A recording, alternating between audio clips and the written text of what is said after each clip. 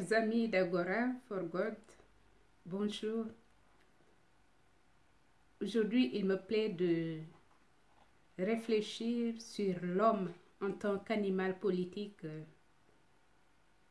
pensée d'Aristote, le philosophe. Avec Platon, qu'il critique, Aristote est le fondateur de la pensée politique classique. La nature politique de l'homme ne fait pas de doute chez lui. La question la plus débattue est celle du meilleur régime. D'abord, le fondement de la vie politique. Aristote affirme clairement que l'homme est un animal politique. Vivre en communauté est naturel et nécessaire à l'homme, nécessaire en son existence, mais aussi à son bonheur. L'homme ne s'associe pas avec d'autres personnes seulement pour assurer sa survie, mais pour accomplir son essence. L'individu est en effet un être inachevé qui a pour fin et perception la relation à autrui. Si la famille et le village existent en vue de la satisfaction des besoins élémentaires, comme manger, comme être en sécurité, ils sont subordonnés à la communauté politique. La cité, dont la fin propre est le bien vivre, le bonheur. Celui-ci implique la visée commune d'un bien commun dans une relation d'amitié réglée par la justice. Là seulement se trouve la vraie liberté.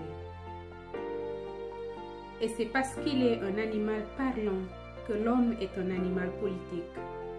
Alors que la voix des animaux, qui ne sont pas politiques mais grégaires, se limite à l'expression des passions, le langage permet la formulation du jugement objectif sur la justice et l'injustice, règles de la vie commune. Qu'est-ce que la cité juste? C'est une cité où le pouvoir est exercé au profit de tous et non au profit exclusif des gouvernants et d'une frange de la population. Dans ces deux cas, le pouvoir ne mérite pas le nom de politique, mais de despotique. Une fois réglée la question première de la justice ou de l'injustice, fondamentale du pouvoir, il faut se poser la question de son exercice. Qui gouverne? Interviennent alors les différents types d'organisations, de pouvoir ou régime. Il est nécessaire que le souverain soit un seul individu, monarchie, soit un petit nombre, aristocratie, soit un grand nombre de gens, démocratie républicaine. Chacun de ces régimes est bon, à condition que le pouvoir y soit exercé en vue du bien commun. Sinon, l'on a affaire à des despotismes, respectivement la tyrannie, monarchie pervertie, l'oligarchie et la démocratie populiste, qui sont des pouvoirs exercés par une majorité pauvre à son seul bénéfice. Quel est le meilleur régime? Le critère du meilleur régime, c'est la question du choix. Si elle n'est pas posée, il y a illégitimité. La question du choix du meilleur régime n'est pas une question de légitimité ni de justice. C'est un problème pragmatique. Quelle est la distribution des pouvoirs la plus apte dans une situation donnée à réaliser au mieux la fin même de la politique, c'est-à-dire le bien commun? On ne se demande pas qui a le droit de gouverner, mais qui le fera le mieux pour le bien de tous. Aristote refuse donc le principe selon lequel le pouvoir devrait être distribué proportionnellement à un quelconque facteur individuel. La cité n'est pas une association d'intérêts particuliers où chacun devrait recevoir du pouvoir en fonction de son investissement. Pourquoi la République? Si nul régime n'est dénué d'avantages, la République apparaît cependant comme la constitution par excellence.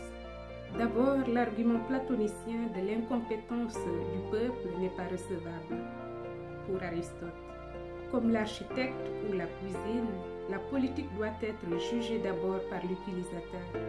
On connaît les excès de ceux qui veulent faire le bonheur des gens malgré eux. De plus, la politique est affaire d'expérience. Une somme d'hommes ordinaires en a plus que n'importe quel philosophe roi, bercé des théories abstraites. Cette multiplicité des points de vue est fertile. Elle enrichit la délibération commune. Enfin, une assemblée est moins rapidement corruptible qu'un seul homme et moins sujette à sa passion. On évitera ainsi le risque de tyrannie qui menace toujours la monarchie. Aristote précise cependant, retenons-le, que la République exige, sous peine de sombrer dans la démagogie ou le populisme, une éducation populaire de haute qualité, capable d'éclairer le citoyen. La vraie République est une aristocratie démocratisée, offrant à tous la possibilité de devenir meilleurs selon le sur cette apologie de la vraie République, je vous dis à bientôt et bonne réflexion.